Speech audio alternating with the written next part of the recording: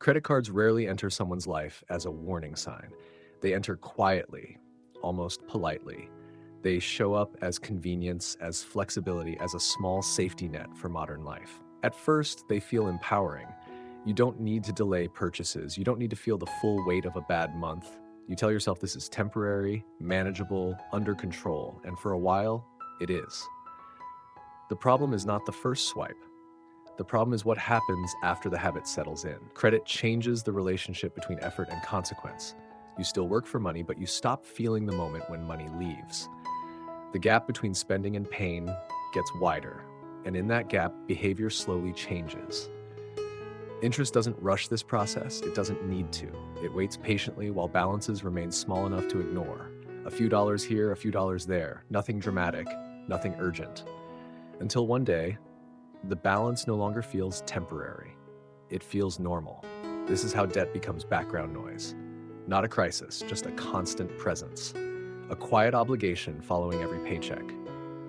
Part of your income is no longer for today or tomorrow. It's for decisions you made months ago, sometimes years ago.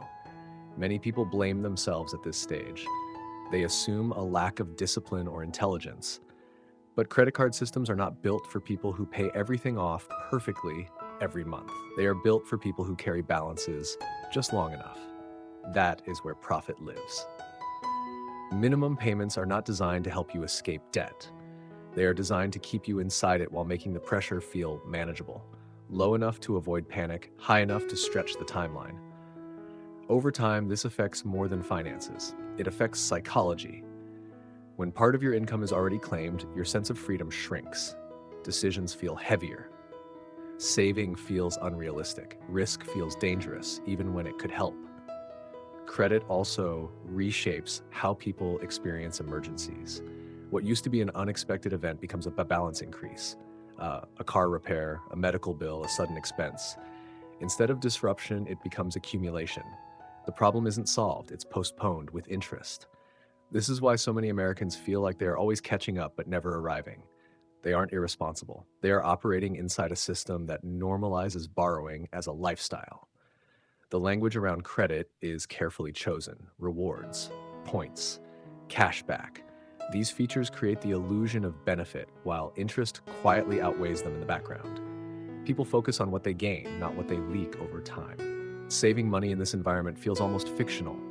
Saving requires margin. Margin requires income that isn't already committed. When credit absorbs future income, margin disappears. Not because people don't try, but because there's no room left to try with. This is where stress becomes chronic, not explosive, just constant. The feeling that one unexpected event could shift everything. The feeling that no matter how hard you work, the ground underneath keeps moving. Credit cards don't create this pressure alone, but they amplify it.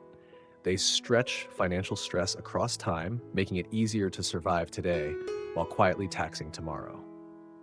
Understanding this doesn't mean rejecting credit entirely. It means seeing it clearly. Seeing that convenience always has a price, even when it doesn't feel expensive at first. If credit feels heavy, it doesn't mean you failed. It may simply mean you stayed in the game longer than it was designed to be fair.